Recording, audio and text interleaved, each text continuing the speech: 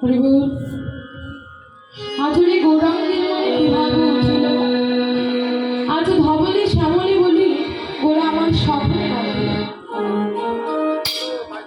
লীলা পুরুষোত্তম কারণ ঘন বদান্য সুন্দর গৌর হরি, সে রাধা কৃষ্ণ মিলিত দুটি তনু এক হয়ে কলিকালে আজ গৌরাঙ্গ মহাপ্রভু হলেন।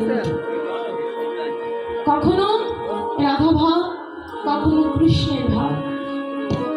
আজকে গৌর হরি আমার কৃষ্ণ ভাবে ভাবিত হয়ে, সে পূর্বের ভাবে ভাবিত হয়ে আজকে গৌর হরির মনে বাসনা জাগলো, না আজকে গৌর হরি গোষ্ঠদল জাগলো। এখনকার আমাদের আশ্রমের বিষয় এই লীলাটির নামই হলো গোষ্ঠ লীলা। দেখুন বাবা, আমাদের সবার জীবনে কিন্তু এই গোষ্ঠ লীলাটা সংঘটিত হয়ে গেছে। আমরা সবাই কিন্তু এই গোচারণে গোষ্ঠ লীলায় পদার্পণ করেছি। আমাদের আদি গোবিন্দের যতগুলো লীলা রয়েছে তার সংখ্যা মোট 64। তার মধ্যে আমাদের মানব জীবনে দুটি পালা, দুটি লীলা খুব তাৎপর্যপূর্ণ। একটি হলো গোষ্ঠ লীলা, মানে গমন গোষ্ঠ, আরেকটি হলো বিয়ে করেনি না, এই জন্যই অবস্থা। একটি হলো গমন গোষ্ঠ লীলা, আরেকটি হলো উত্তরা গোষ্ঠ লীলা। দেখুন, এই গমন গোষ্ঠ লীলা তো আমরা সবাই সংগঠিত করে ফেলেছি।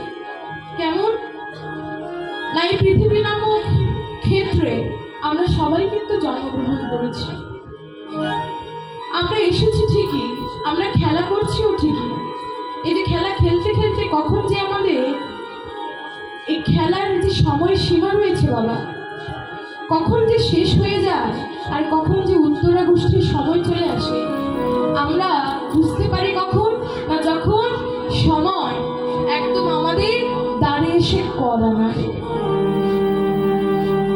সেই সময় আমাদের চৈতন্য জাগ্রত হয় যে হ্যাঁ, সত্যি বুঝি আমাদের যাওয়ার সময় হয়েছে। দেখুন, আজকে গৌর হরি আমার সে পূর্বের ভাবে বিভোর হয়ে আজকে তার সকলকে ডেকে বলছে, ওই সকল আজকে আমার মনে বড় বাসনা জেগেছে, আমি গোষ্ঠ গোচরণে যাব। বাবা বলুন তো, আমার গৌর হরির কি নবলক্ষ ধেনু ছিল? দাপর যুগে আমার ভগবান শ্রীকৃষ্ণ নবলক্ষ ধেনু নিয়ে সিংহাবেনুর ধেনু করে ধ্বনি করে তিনি যেতেন তার সকল রাখালগণকে নিয়ে গোষ্ঠ গোচারণে।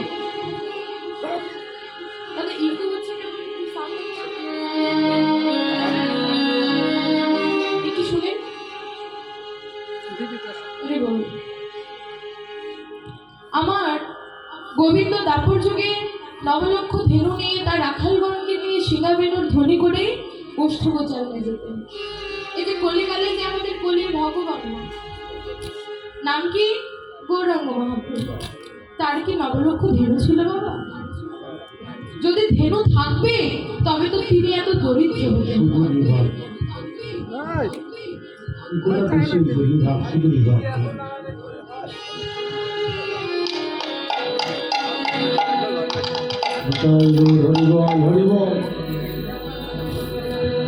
হরে কৃষ্ণ, হরি বল। ইকো দিবেন না রিভার্ট দেয়?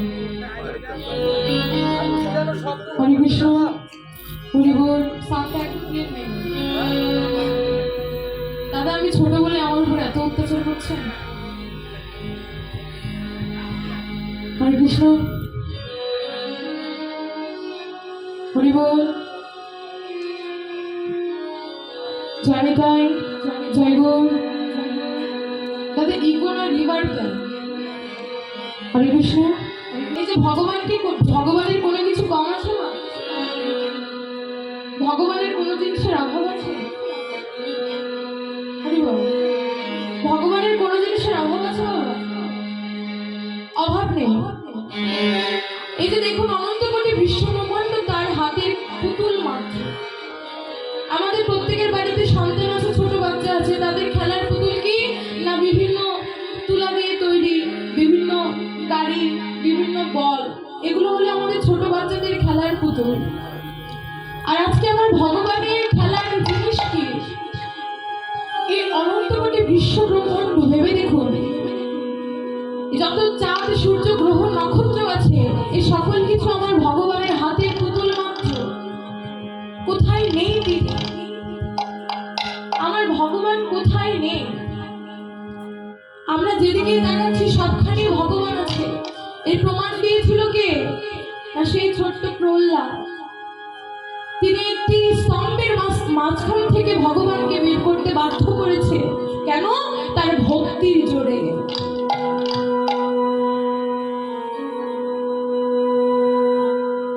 সেই ভক্তের ভক্তির জোরে ভগবান চিরকাল বাধা ছিল। আর আমাদের অবস্থাটা কেমন হয়েছে বাবা?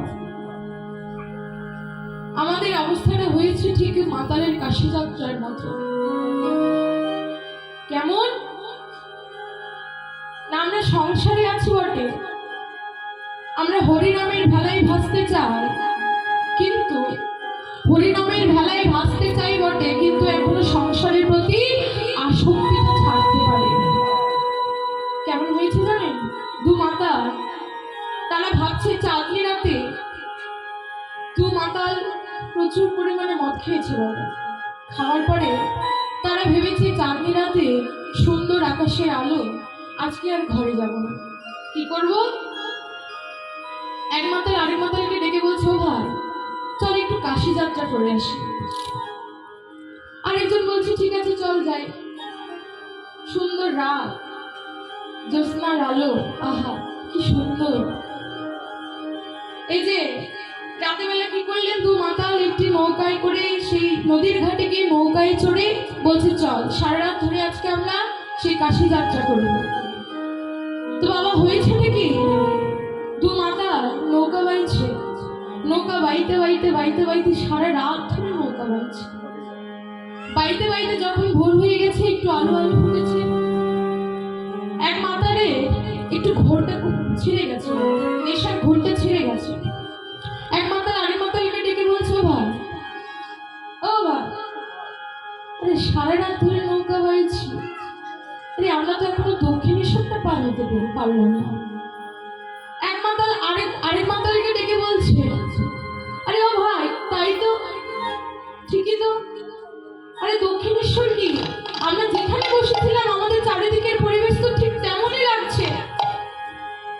বাবা তারা চেয়ে দেখে যে ঘাটের মধ্যে তারা নৌকায় উঠেছিল, আর সেই নৌকাটা যেই গাছের সাথে বাঁধা ছিল সেই দড়িটাই খুলতে তারা ভুলে গেছে। এখন নৌকার যদি দড়ি খোলা না হয়, নৌকা কি আগাবে? কি বাবা আগাবে?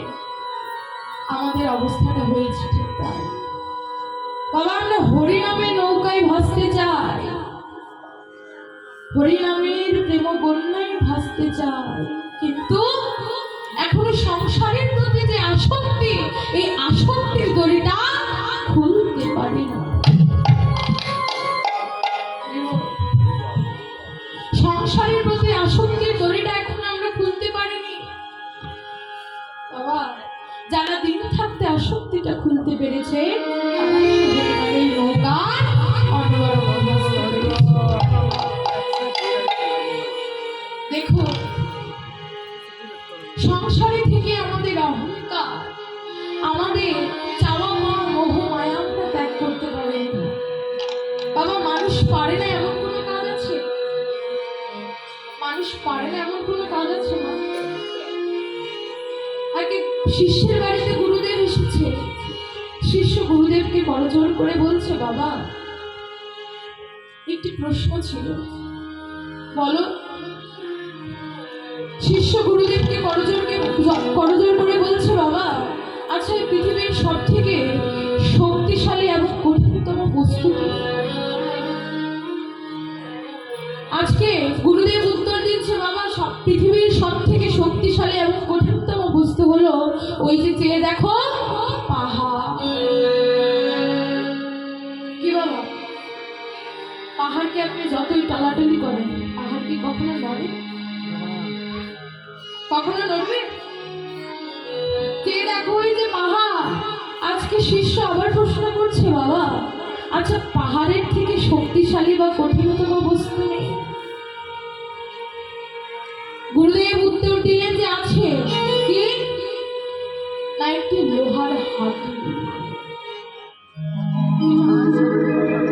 সেই হাতুড়ি, লোহার হাতুড়ি দিয়ে কয়েকশো লোক যদি পাহাড়ের মধ্যে ঠুকে ঠুকে দিন রাত ধরে ঠুকে, তাহলে সে পাহাড় কি আর পাহাড় থাকবে? এক সময় নিঃশেষ হয়ে যাবে। আজকে শিষ্য আবার প্রশ্ন করছে, আচ্ছা বাবা সেই লোহার হাতুড়ির থেকে কঠিনতম বা শক্তিশালী কোনো জিনিস নেই? গুরুদেব উত্তর দিলেন আছে। কি না? আগুন। সেই লোহার হাতুড়ি যতই শক্তিশালী হোক না কেন, তাতে আগুনের মধ্যে ফেলে দিল। কি গো, আগুনের মধ্যে ফেলে দিলে সেই লোহার হাতুড়ি আর হাতুড়ি থাকবে?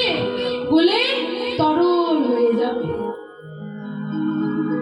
শিষ্যের মনে কত প্রশ্ন দেখুন। আবার জিজ্ঞেস করছে, আচ্ছা বাবা আগুনের থেকে বেশি কঠিনতম বস্তু নেই? গুরুদেব হেসে উত্তর দিলেন যে বাবা আছে। কি জানো? আগুনের থেকে কঠিনতম বস্তু হলো জল। বাবা আগুনের উপরে জল ঢেলে দিন, কি আগুন জ্বলবে? আমার মাথায় সমস্যা আছে। আগুনের উপর জল ঢেলে দিলে আগুনের কোনো অস্তিত্ব থাকবে না, আগুন নিভে যাবে। ভেবে দেখুন, শিষ্য আবার প্রশ্ন করছে, বাবা এবারে শেষ, আর প্রশ্ন করতে না। আচ্ছা বাবা আচ্ছা এই জলের থেকে কঠিনতম বস্তু নেই? আজকে গুরুদেব উত্তর দিচ্ছে যে বাবা আছে। তুমি যখন জানতে চেয়েছো, বাবা শিষ্যের যত কৌতূহল জাগে, গুরুদেবের তো ততই আনন্দ হয় যে না আমার শিষ্য বুঝি ঠিক পথেই যাচ্ছে। আজ গুরুদেব উত্তর দিচ্ছে, বাবা জলের থেকে কঠিনতম বস্তু আছে, শক্তিশালী বস্তু আছে। সেটা কি না? সেটা হলো মানুষের ইচ্ছা শক্তি। একবার ভেবে দেখুন, এই ইচ্ছা শক্তিকে কাজে লাগিয়ে সে মাটির নিচ থেকে কয়েকশো ফুট ভিতর থেকে আমরা কি করছি? বিজ্ঞানের সহায়তা জল বের করছি। বাবা শুধু তাই না, এই ইচ্ছা শক্তিকে কাজে লাগিয়ে এই মহাকাশে আমরা উড়ে বেড়াতে পারছি। এই ইচ্ছা শক্তিকে কাজে লাগিয়ে আমরা কতই না কাজ করতে পারছি, যেগুলো কখনো আমরা কল্পনাই করতে পারিনি। দেখুন, মানুষের দ্বারা এমন কিছু অসম্ভব কোনো কাজ নেই যে মানুষ পারে না। এখন গুরুদেব সেই শিষ্যকে ডেকে বলছে, বাবারে মানুষের ইচ্ছা শক্তিকে কাজে লাগিয়ে মানুষ অনেক কিছু করতে পারে। তোকে একটি কথা বলি বাবা, বাবা এই ইচ্ছা শক্তিটা মানুষের এতই বড়, সে যদি একবার ইচ্ছা করে সবকিছু করতে পারবে। কিন্তু বাবা এই ইচ্ছা শক্তিকে কাজে লাগিয়ে কোনো ভক্ত, এই ইচ্ছা শক্তিকে কাজে লাগিয়ে কেউ কোনোদিন এই হৃদয় থেকে, এই নয়ন রূপী দুটি নদী থেকে দুফোঁটা নয়নের জল কেউ একদিন গোবিন্দ চরণে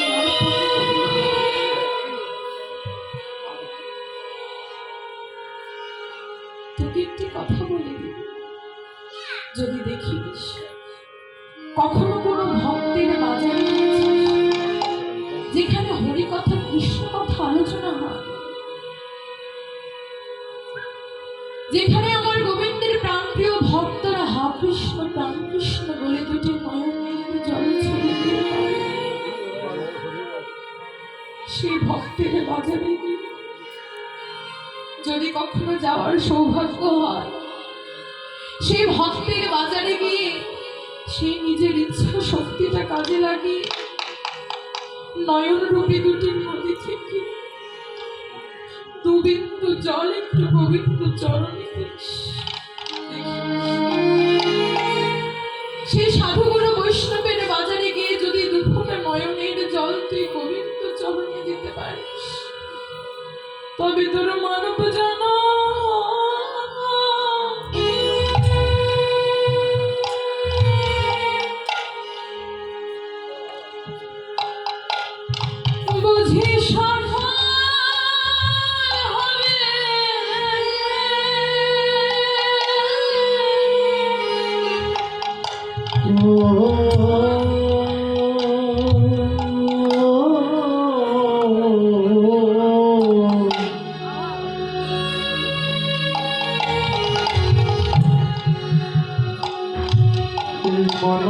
নম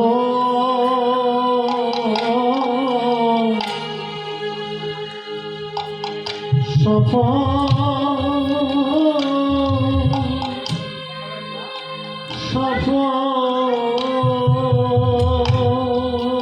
হবে।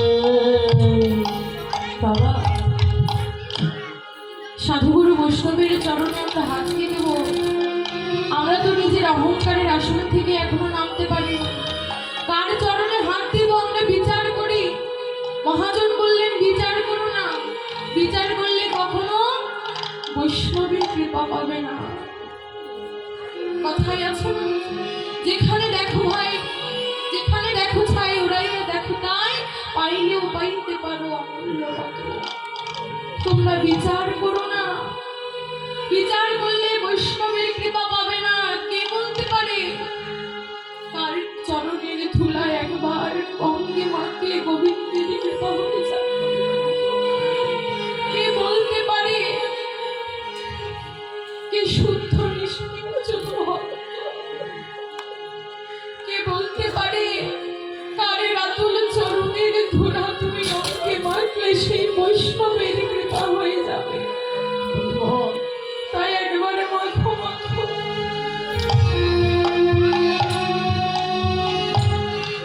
ভগ